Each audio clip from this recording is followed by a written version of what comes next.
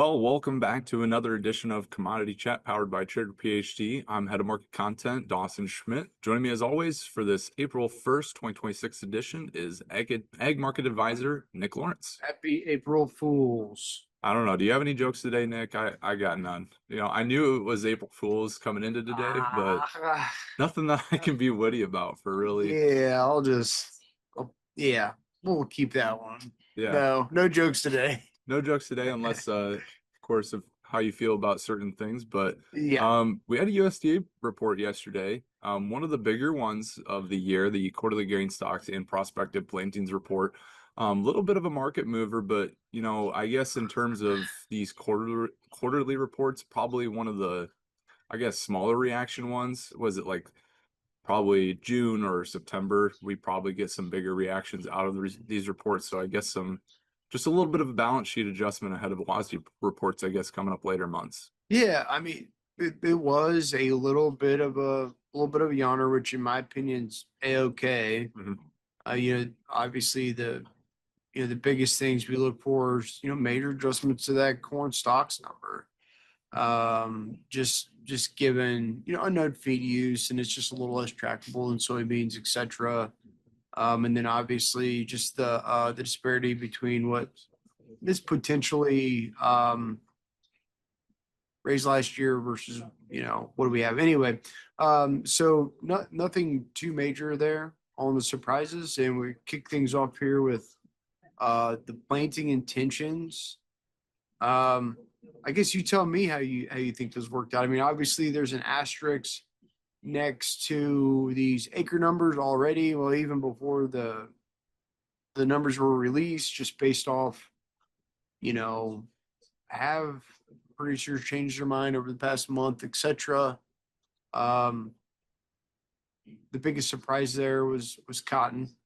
The cotton acre number with as depressed as prices have been. Um, for that number to come in above the trade average, I think that most definitely caught everybody off guard.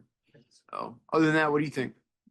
Yeah, I mean, in totality, mostly what was expected, maybe not necessarily by, the pre-report survey that comes out on Bloomberg or comes out from Reuters, but even from our own survey, we saw a little bit of kind of what I had expected, or what we as a company had expected was, from our survey, we were not the closest when it came to the corn acres.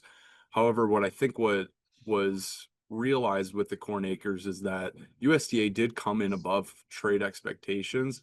So we saw a little bit of a step back with getting 95.3 million acres is what USDA came out with, compared to that 98.8 we saw last year. Is that we saw corn acres come down, but we didn't see corn acres come down by as much as as other people were expected. I don't know if that was necessarily because people were trying to guess what USDA was going to say, or if they're just trying to guess what is going to be the actual for this year.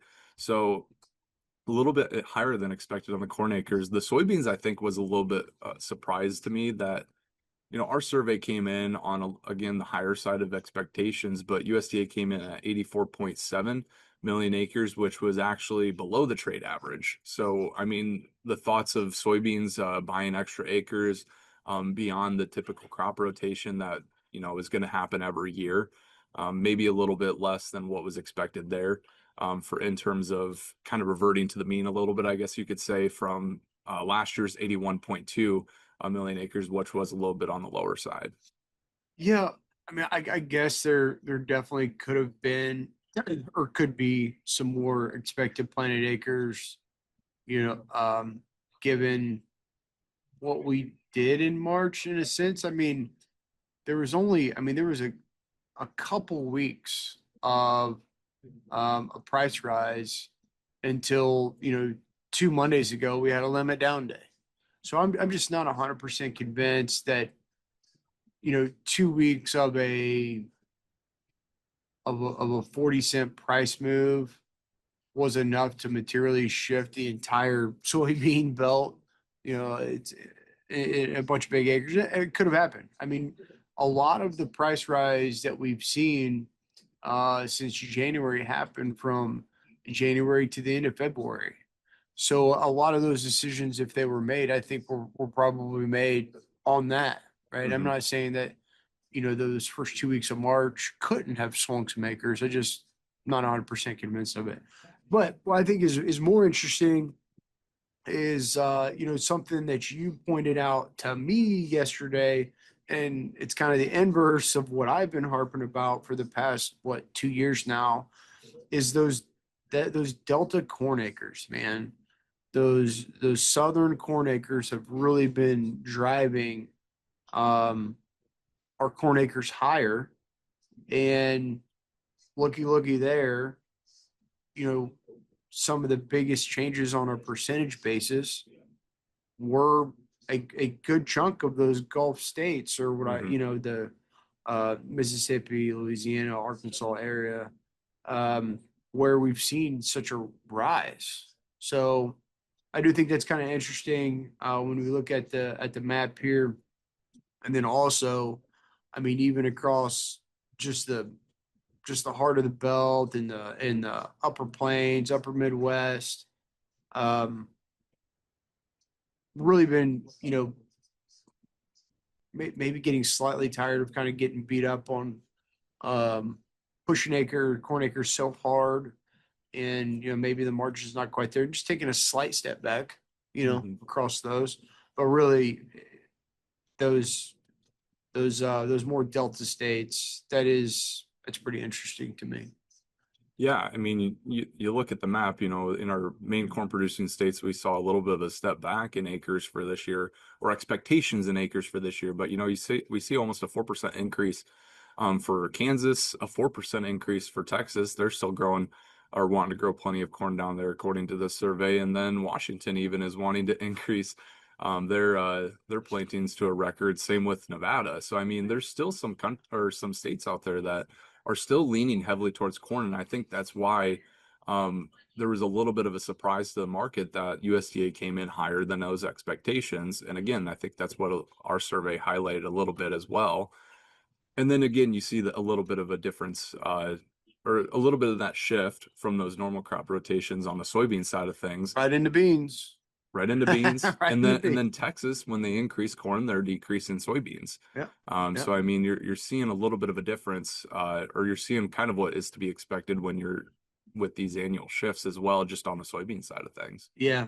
Again, yeah, I think, again, I think those deeper southern states, I think it's a profitability thing, shifting away from corn, you know, yield times price, it just revenue per acre, at the prices we've been at really since last year just doesn't work for those guys. And they've got the ability down there with some longer growing seasons on soybeans to be a little bit more consistent there sometimes. So it doesn't surprise me, the shift. Um, those southern states, those Gulf states have been fascinating to me the past couple of years, and I guess it kind of continues to be. So Yeah. And then, you notice that Kansas increased both corn and soybean acres, whereas they decreased winter wheat acreage. I mean, USDA for the total number, they came in with all wheat acres at 43.8 million acres, down from 45.3 last year, as well as being below that trade average. And wheat acres are expected to be the lowest since 1919, so over a century, that we've just continually seen this decline in what the U.S. is planting, mainly because of our export competitiveness, but also, prices just haven't been there as much for this market either here in the U.S. yeah, they're just discouraged to plant it. I mean, there's no other way to put it. Basis is hard on them across, you know, almost all classes of wheat. Not all, but a lot of them. I mean, there's some, some of the flour type stuff, and I mean, there are some food grade millers that are still relatively strong on basis. But boy, I mean, just taking your wheat till to your average elevator. I mean, they've just been discouraged, not only in basis, but then obviously here in flat price, and eventually we'll get a little price cure. Yeah. You'd think, but the producer's just responding to market incentives. So Yeah. No, And no other way to put it, really. but an interesting note too was that, looking at the USDA's annual winter wheat seedings report that came out in January, they expected no change on winter wheat plantings for this upcoming year. And then they backtrack that with Yeah. this prospective plantings report. So I mean that I think that's worth noting, and I think that's kind of what I was on the lookout for when we did our February survey. Was that we were already expecting a significant decrease in all wheat plantings to where it's like, okay, what's the USDA going to say come March? Because this is what our survey is saying. So could they do a little bit of a backtracking? And they did. They decreased all the winter wheats as well as decreasing the spring wheat planting intentions too. So I mean, kind of an interesting note there that I guess it makes me not want to look at or take that winter wheat annual seedings report too much serious, I guess, if they're going to come and do something like this just a couple months later. And then, just to put a kind of a little bit of a bow here on wheat, taking here on Tuesday, taking a little bit of a beating here just currently, just mid-morning. Um, After that market has been seemingly resilient, and we talked about that last week about the potential for stuff that's going on around the globe, plus our droughty conditions across the plains, those types of things, to kind of stay optimistic and wait for that other like higher. And while I still mostly agree with that analysis, taking a hit today, a combination of things, right? Maybe a little bit of a sell the fact type of a situation. Weather models continue to keep forecasting rain, kind of deeper and deeper into those more droughty areas and just precipitation in general. And then I guess another thing to kind of look out for on our and then obviously with the news yesterday that there seems to be some progress being made here on this Iran war negotiations. Um, does that end up helping some of those southern hemisphere growers as they're getting ready to start planting? Does that kind of change the landscape of potential production? Uh, for those guys, obviously the mark. I mean, I think that's getting folded into today's trade. I think that does matter. It's kind of taking a little bit of war premium out, at least for the day, right? That's not to say that this is over and there's not more volatile days ahead. Um, but war, as we've been saying, war premium can be kind of like weather premium. It can be easy come, easy go. Again, not necessarily saying it's quite. I'm not ready to throw the towel in on it yet, but it's just a good example of the market getting extremely spooky um, when some of those issues look to potentially start to get resolved here. So keep that in mind. And then lastly, you were telling me this morning that we finally get an aggregated next Monday. We get the first crop conditions ratings or aggregated major crops put Mhm. together. So that'll be interesting to start watching that every Monday, see how crop progress and conditions start to trend.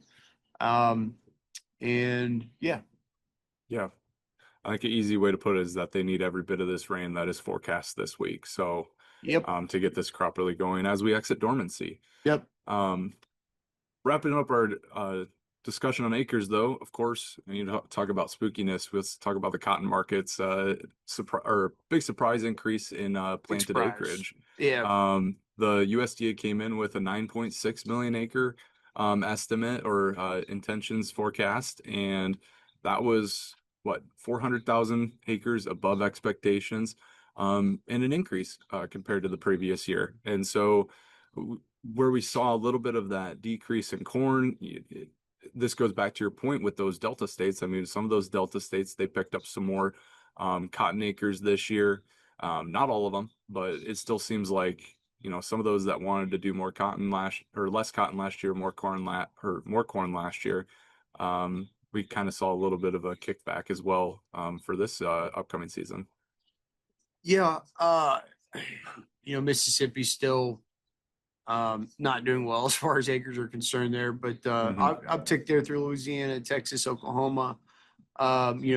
Oklahoma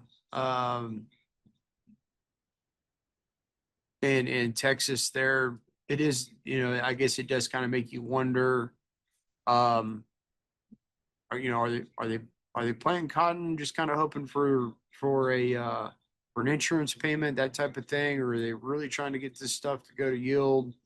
Because if insurance indemnity may, is that worth a little bit more to them than some of their other Hmm. crop mixes that they could throw out there? I guess kind of makes you wonder that just a little bit. Yeah. Um,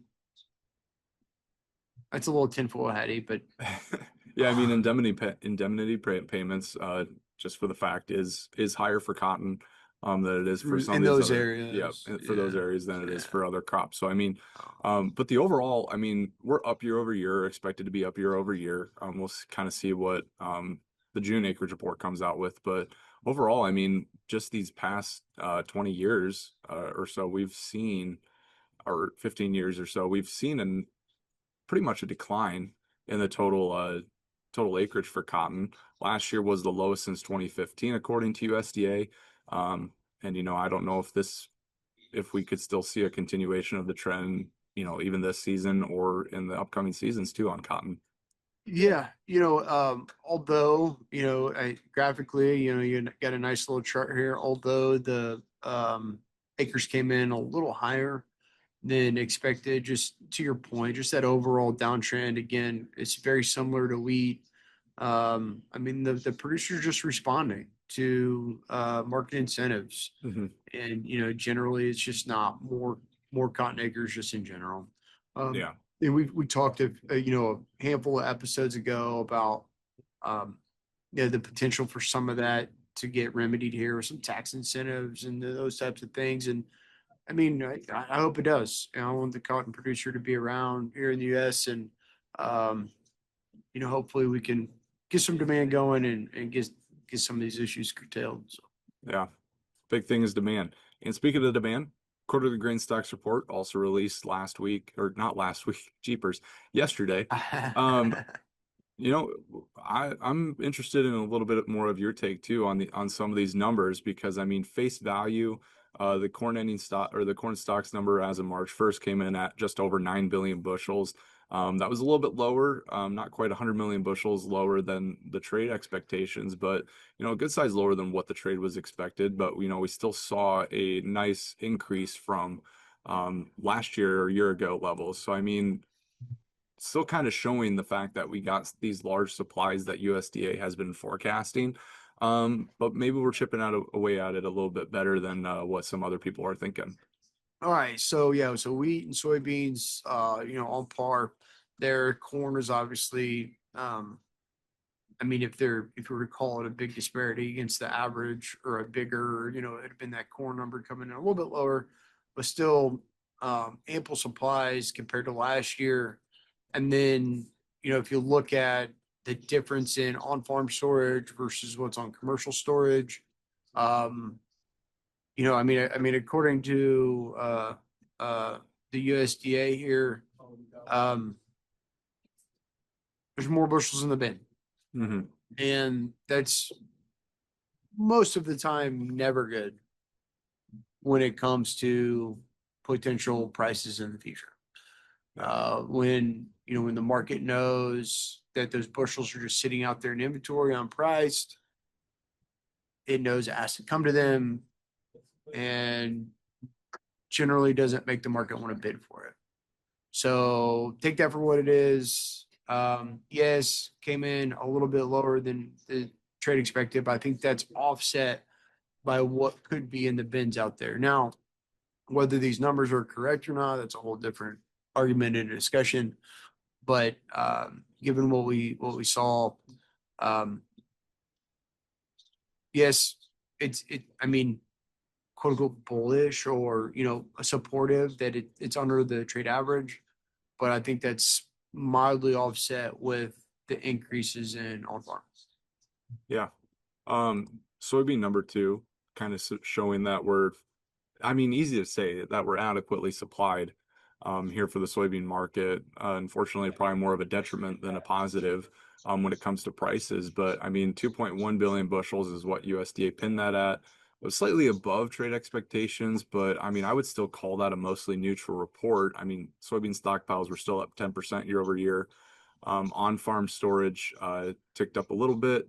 Off-farm storage also increased by about 16%. So it seemed like bushels were moving from the producer's hand to the commercial hand, probably with those run-up in prices that we had and got some farmers selling, throughout a couple of those last couple rallies, essentially. Yeah, again, kind of go back to what we've been saying for what all winter since last fall, essentially at least. Um, it's just it's more of just it's we have a neutral supply situation. Things Hmm. aren't bullish, they're not bearish. They're when the risk to turn bullish, like we just saw, over the past month or so, happens, then we get the price reaction we have. But then when some of those maybe fires get put out, we see volatility down like we're seeing today. It's Hmm. just kind of that more of a neutral supply situation that um they creates just a more of a cyclical type market. So Yeah, I mean, an interesting note too, though, from the soybean number on the stocks report was that last what was it, September through November, disappearance for soybeans was down 20% year over year. A lot of that okay. had to do with the fact that we weren't shipping anything to China, and then we come back with this quarter is that disappearance was actually only down 1%. Mm, And so we saw a nice improvement from just this quarter compared to last quarter yep. in terms of year over year numbers. I mean, a lot of that had to do with China. And you look at some kind of the things that we're watching here is that, we need China's demand to continue. I hate to say it, but, we need it to continue. And what this graphic here is showing is that China, unfortunately, is still, they're buying US soybeans or have bought US soybeans. And we're still going to be shipping at least some volumes to them moving through the spring. But, even with these alleged pledges or deals with the US that the White House has been talking about, they have not slowed down on buying Brazilian soybeans. I mean, they're pretty much booked all the way out through May already, and most of that is for Brazil. Yeah, so I really think that this the story that was kind of getting floated around there for a little while that everybody in the market kind of latched onto quickly, was some ships getting rejected, Hmm. from bad inspections, etc., and that shift more to us. Well, so far it has not. They've still booked all the way out through May, like your chart says here, from Brazil, and it just doesn't really seem to be slowing down very much. Yeah, And then, you go to your next slide. Yeah, go to your next slide, and yeah. I it mean is what it is. yeah. I mean, the next slide that this is showing is just the fact that we have about 12 million metric tons of total bookings, whether it's just what we have on the books that needs to be shipped yet to go to China, and plus what has already been shipped. We're only at 12 million metric tons, and we heard the 8 million metric tons get floated by President Trump that Xi would consider buying to get us to 25 million metric tons. If we get to that pledge, that was stated here just a couple of months ago, we're still going to be under the 5-year average in terms of what we've shipped in totality to China in the past. And so it just makes you wonder, can President Trump get some sort of deal with Xi, you know, come May? Or to your point that you mentioned to me as well, is can China maybe do a little bit more good faith purchases to bump these numbers up a little Some window bit? dressing there, maybe. Yep. Yeah. So I mean, it just makes me pause a little bit that yes, getting China back on the books a little bit has helped our prices It's helped our demand recover a little bit, just with this what the stocks report has showed. But still want to be looking for the potential of these risks that if China doesn't return or if China even does a little bit more buying, is it really going to matter? Um, then one last, you got yeah, we have a little bit of a misplaced slide here. Back to the stocks for a second. This does remind me. Um, you've got that low combination of all combined wheat acres, like basically the lowest ever, essentially. And then the wheat stocks, uh, it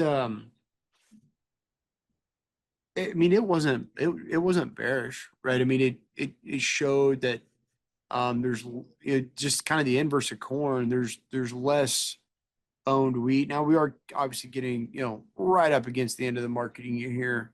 But less wheat owned by producers than last year. So they've kind of been willing sellers. So a lot of the wheat that was out there seems to be on the market at a higher pace. So um, I'm not saying that's bullish necessarily, but interesting note there. The inverse of corn, and I don't know. I guess it could be a little supportive. Yeah, Maybe. I mean, wheat stocks have been climbing. To your point, yeah, USDA came in at 1.3 billion bushels for March 1, pretty much in line with expectations, up 5% year over year. But yeah, I mean, producer-owned bushels, or I guess what was in producer's hand, those declined by 3%, Yep. while commercial stocks increased by 8%. Hmm. And disappearance, I mean, up 12% for Yeah. this quarter year over year. So I mean, plenty of wheat still moving around Yep. out there. It's getting to where it needs to be. So it's good. Exports, Yeah. of course, have been looking a little bit shaky lately, but at the same time, we're still up almost 20% year over year. Keep this going, and we're still not as bearish as we were in 2016, 17, or even 2018 or 19. So I mean, there's still room for improvement, but Two big things, man. Drought in the U.S. plains and south of the equator. Just think Australia, Argentina type. Um, southern equator production potential. Like, I mean, that's 100% the name of the game. Um, and that production potential is seen as pivoting a little bit on fertilizer trade flows through from that Strait of Hormuz area and those types of things. So those are the two big things to watch. If our production potential stabilizes and some of those trade flows resume, it's probably not the most supportive situation, but um, if we keep having production potential issues, and then Australia and whatnot, they've got projected issues, then we can stay supported. So it's got to pivot on those two things, 100%.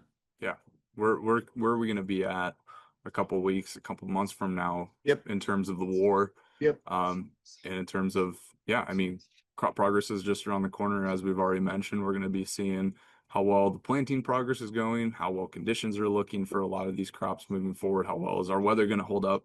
Yeah, I don't know. Maybe we'll get some typical seasonality this year that we didn't get last year. That's going to be something we'll be watching here closely moving forward in these next few months. All Yeah. right.